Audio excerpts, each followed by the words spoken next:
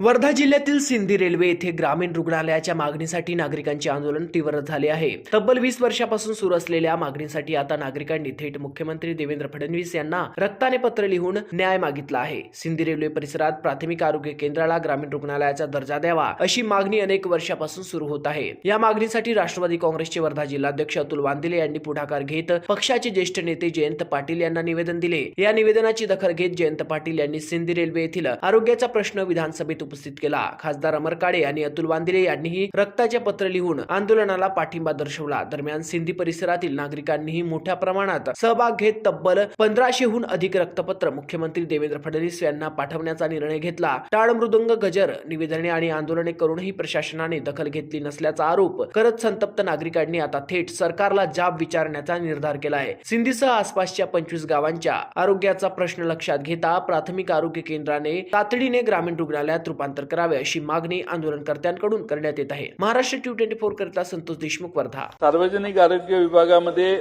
वर्धा जिल्ह्यातील सिंदी रेल्वे येथील प्राथमिक आरोग्य केंद्राचं रूपांतर हे ग्रामीण रुग्णालयात रूपांतर करण्याची मागणी इथं अनेक दिवस चालू आहे आणि अध्यक्ष महोदय गावकऱ्यांची सतत आग्रह आहे।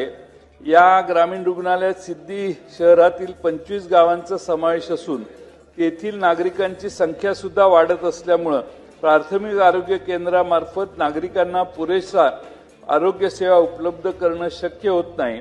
शासनाकडे व आरोग्य यंत्रणेकडे वारंवार लेखी स्वरूपात मागणी करून त्याकडे शासनाचे दुर्लक्ष होत असल्यामुळे तेथील नागरिकांनी इतर मार्गाने सुद्धा टाळ मृदुंगाचा गजर करून व 1537 पेक्षा जास्त निवेदनं देऊन सुद्धा आरोग्य यंत्रणेला जाग न आल्यामुळे वर्धा जिल्ह्यातील खासदार आमचे अमर काळे साहेब व इतर प्रतिनिधींनी स्वतःच्या रक्ताने पत्र लिहिलंय आता आणि मुख्यमंत्री महोदयांच्याकडे पाठवलंय।